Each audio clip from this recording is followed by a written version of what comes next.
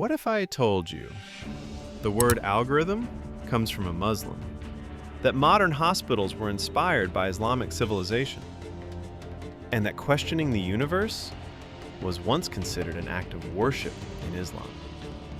So why does the world keep hearing Islam is anti-science? Let's talk about that. In a university library in Boston, a physics student named Ethan scrolls through a debate forum. Someone writes, "Islam rejects logic. Science only progressed after religion disappeared." Ethan pauses, because the book open in front of him doesn't agree. On the page is a name, Al-Khwarizmi, a Muslim. Al-Khwarizmi didn't write theology. He wrote mathematics. His work introduced algebra, algorithms, systematic problem solving. In fact, the word algorithm comes from Al-Khwarizmi. This wasn't accidental. It was rooted in an idea Islam pushed early. Think, observe, question. The Quran repeatedly asks questions. Do they not reflect? Do they not look at the sky, how it was raised? Are those who know equal to those who do not know?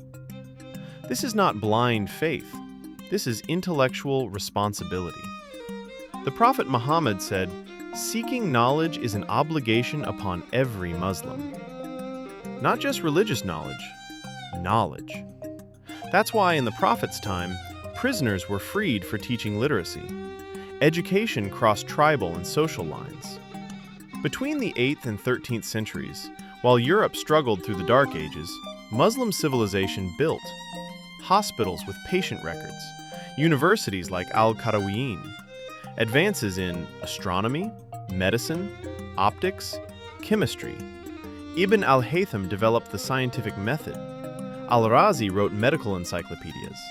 Ibn Sina was taught in Europe for centuries.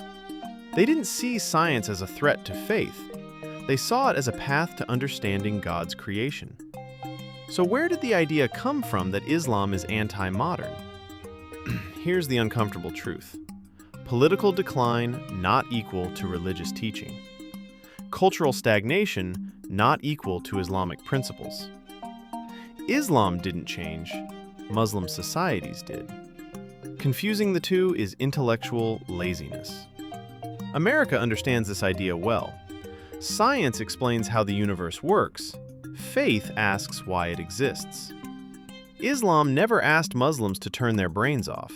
It asked them to use it with humility. If Islam rejected science, why did its civilization build it?